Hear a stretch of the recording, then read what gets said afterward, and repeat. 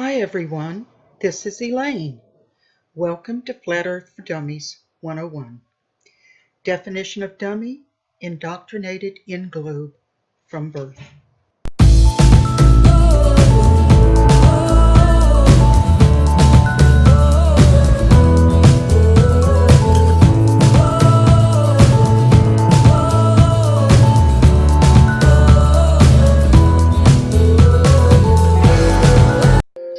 A spinning globe is only true in fairy tales. Only the truth will set you free. The lies were out to get me, to feast upon my brain. Freemasonic wormholes were to blame. Then I saw the way. Now I'm a flat earther. There is no curve, no globe in my mind. The earth is flat. We're the believers, don't eat the deceivers, those who lie. Hi everyone, Elaine here. Today's topic is death and NASA. Those of you who still believe NASA sent astronauts to the moon in the late 60s and early 70s, congratulations. You are living in a matrix of lies and don't even know it. The 50th anniversary of Apollo 11 is here. NASA is celebrating 50 years of 20th century space mythology. Just start with the universal globe and end with the credits. Bear in mind three major reasons NASA has gotten away with this space travel colossal fraud is: number one, departmentalization. No one but select 33-degree Masons and their cohorts are privy to the whole picture. You may work on a part of a vehicle or sit in front of a computer screen. Bear in mind that mission control, what they see on their monitors, is closed circuit programming. Number two, mass media propaganda, which includes controlled education from pre-K to university. Publish or perish? It's also fall in line or perish. Your career is over if you dare to question the paradigm. That brings me to the third major reason. Those NASA-affiliated individuals who don't fall in line literally perish. NASA does not tolerate potential whistleblowers.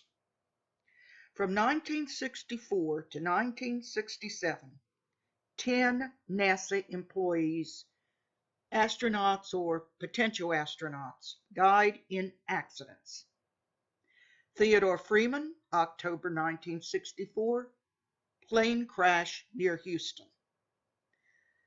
Charles Bassett and Elliot See, February 1966, plane crash near St. Louis, Missouri. Roger Chaffee, Virgil Grissom, and Edward White, January 1967, in a so-called accident in the Apollo 1 module fire. Edward Givens, June 1967, car accident near Houston. Clifton Williams, plane crash near Tallahassee, Florida, October 1967.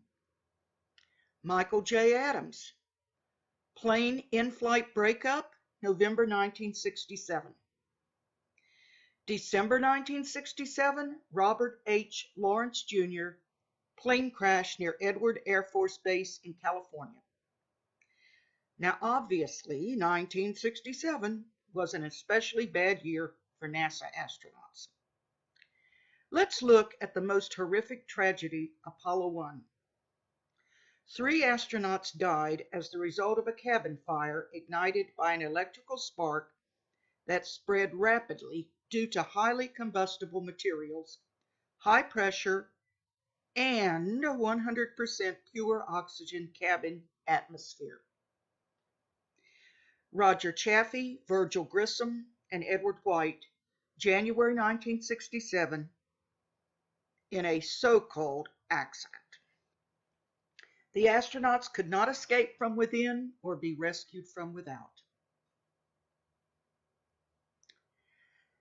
Now, the conditions all around were to make sure the astronauts could not get out.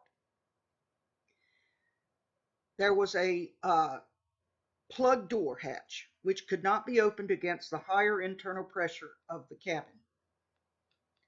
There was no emergency preparedness. It was absent.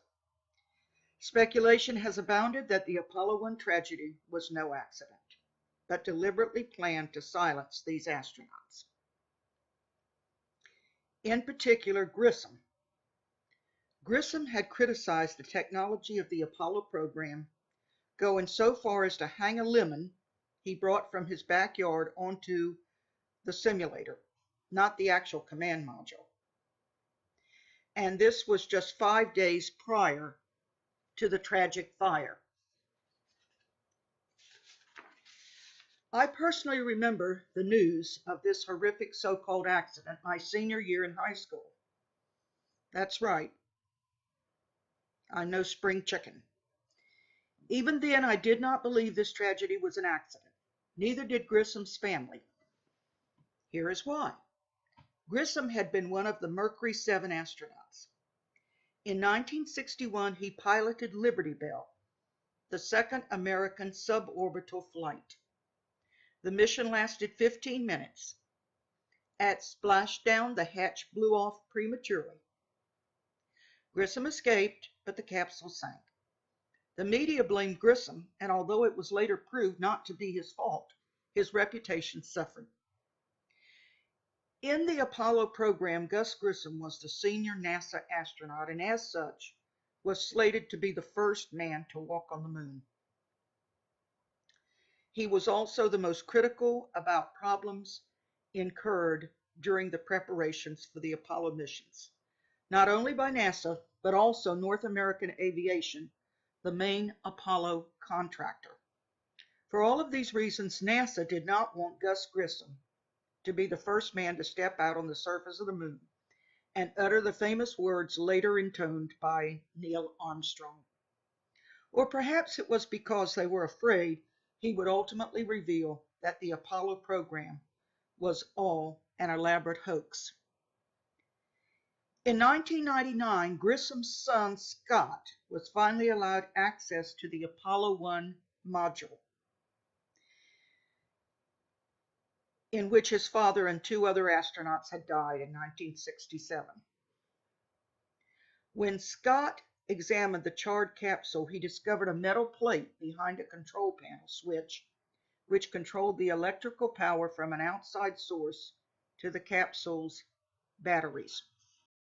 When the astronauts activated the switch to transfer power to the module's batteries, the inevitable spark ignited the fire in the 100% oxygen-filled cabin. Scott believed the placement of the metal plate was an act of sabotage. Gus Griffin had warned his wife, "If there is ever a serious accident in the space program, it's likely to be me." All of the evidence, including the motive, pointed to sabotage. Scott went public with the family's belief that his father and the 2 astronauts in the capsule with him were murdered. Clark McDonald, the engineer hired to investigate the fire, corroborated Scott Grissom's conclusion. He stated that NASA destroyed his report and interview tapes, and that he remained silent for over 30 years, ostensibly because he did not want to hurt NASA. Or might he have remained silent because he didn't want to end up like the 3 astronauts in the capsule? Well, here's what this guy had to say about the Orion project, Kelly Smith, who inadvertently admitted they did not go to the moon back in the 1960s. We are headed 3,600 miles above Earth, 15 times higher from the planet than the International Space Station.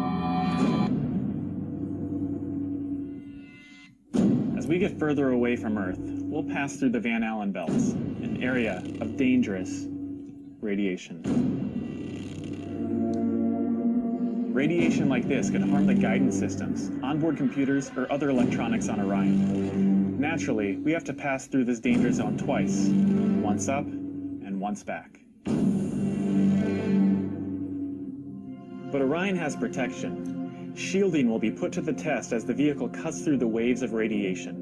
But Orion has protection. Shielding will be put to the test as the vehicle cuts through the waves of radiation. But Orion has protection. Shielding will be put to the test as the vehicle cuts through the waves of radiation. Sensors aboard will record radiation levels for scientists to study. We must solve these challenges before we send people through this region of space. We must solve these challenges before we send people through this region of space. I'd go to the moon in a nanosecond. The problem is we don't have the technology to do that anymore. We used to, but we destroyed that technology, and it's a painful process to build it back again. I thought the globe was more or less a given thing. The more I saw, the more was fake. Was the moon a junkyard, the ISS a sham? When I wanted answers, I got spam. Then I saw the way. Now I'm a flat earther. There is no curve, no globe in my mind. The earth is flat. We're the believers, don't need the deceivers, those who lie.